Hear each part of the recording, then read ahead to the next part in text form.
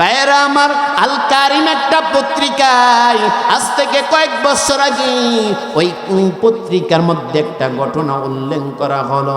একটা সন্তান বিদেশে যাবে, তখন তাদের টাকা নাই, পয়সা নাই। মা বাবার কাছে বলল, ও মা, মা কেমন দামি যুবক, তোমাদেরকে বোঝানোর জন্য, আমি তোমাদেরকে বোঝানোর জন্য এই ঘটনা তোমাদের সামনে উপস্থাপনা করতেছি। সন্তান বলল, মা আমি বিদেশে যাব, আমাকে টাকা দাও। তখন সন্তানের কথা শুনিয়া, একটা জায়গা ছিল, ওই জায়গাটা মা বাবা বিক্রি করে সন্তানের বিদেশে মাটিতে পাঠাইল। বিদেশে মাটিতে পাঠানোর পরে সন্তানটা বিদেশে থাকাকালীন বিবাহ করলো।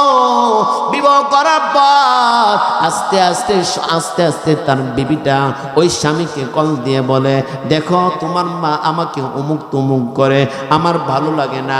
তখন এই কথা বলার পর তখন স্বামীকে বলল, ঠিক আছে।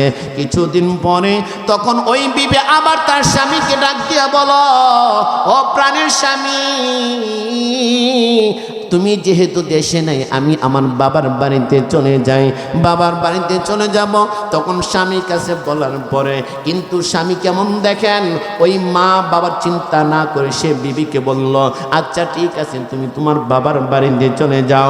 তখন বাইরা আমার ওই বিবিটা তার বাবার বাড়িতে মধ্যে চলিয়া গেল।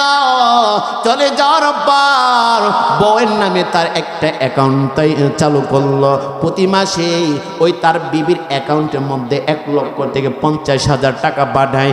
ওরে আমার বন্ধু, প্রতি মাসে বউয়ের অ্যাকাউন্টের মধ্যে টাকা পাঠায়, কিন্তু জি মা, যে বাবা তোমাকে সম্পদগুলা বিক্রি করে বিদেশে পাঠাইল, ওই বাবাকে টাকা দেয় না, বরং প্রতি মাসে বউয়ের অ্যাকাউন্টের মধ্যে টাকা পাঠায়। কেমন না রে মুসলমান, ওই বিবি প্রতিদিন এইভাবে টাকা পাঠাইতে শুরু করলো।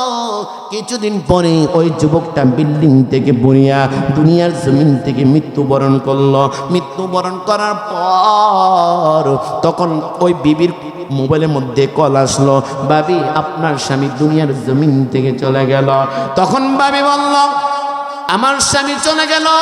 তখন প্রশ্ন আসলো, কিভাবে মারা গেল? বিল্ডিং থেকে কাজ করার সময় বিল্ডিং থেকে পরে জমিনের মধ্যে পড়ে সে মারা গেল। ও ভাবি, এখন আপনার স্বামী লাশ যদি বাংলাদেশে নিতে চান, 30,000 টাকা প্রয়োজন। কত আছে? মাত্র 30,000 টাকা বলছে। ভাইয়েরা আমার, 30,000 টাকা বলার পর তখন ওই বিবি তার বাবার কাছে বলল, ও আব্বা, আপনার মেয়ে জামাই তো বিদেশে মাটির মধ্যে মারা গেল। এখন তারা ফোন দিয়েছে, আপনার স্বামী লাশ যদি দুনিয়ার বুকে বাংলাদেশে আনতে চান, তাহলে 30,000 টাকা প্রয়োজন।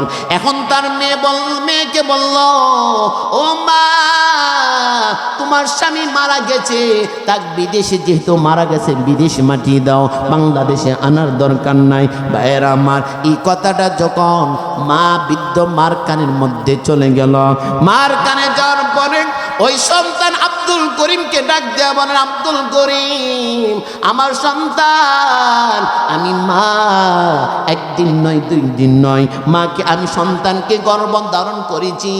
ওই সন্তানটা আমাকে কষ্ট দিতে পারে, আমার কাছে টাকা না দিতে পারে, আমাকে না দিতে পারে।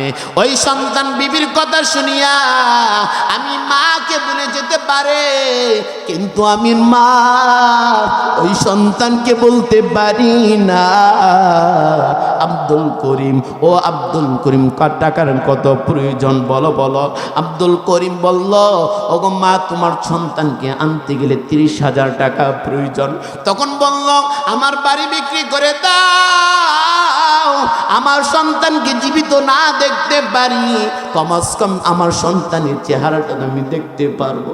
কেমন দেখেন মা ও আমার নওজোয়ান যুবক ভাই, আজকে তুমি তোমার বিবিকে টাকা দিবা, টাকা যতক্ষণ পর্যন্ত দিতে পারবা, তোমার সুন্দর চামড়া বউটা তোমারই গুণগান, তোমারই প্রশংসা করবে।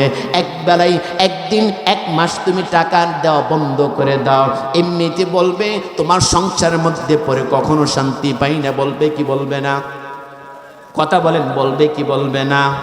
ও আমার যুবক ভাই, দুনিয়া তুমি যদি চুরি করো, ডাকাতি করো, পাগল হয়ে যাও, কিন্তু দুনিয়ার বুকে বিচারকের মাধ্যমে ভাই তোমাকে ভাই বলে পরিচয় দেয় না, বাবা তার সন্তান বলে পরিচয় দেয়। সন্তান যদি পাগল হয়ে যায়, ওই মা ওই পাগলকেও নিজের সন্তান হিসেবে দাবি করে, কিন্তু ভাই তার ভাইকে অস্বীকার করে।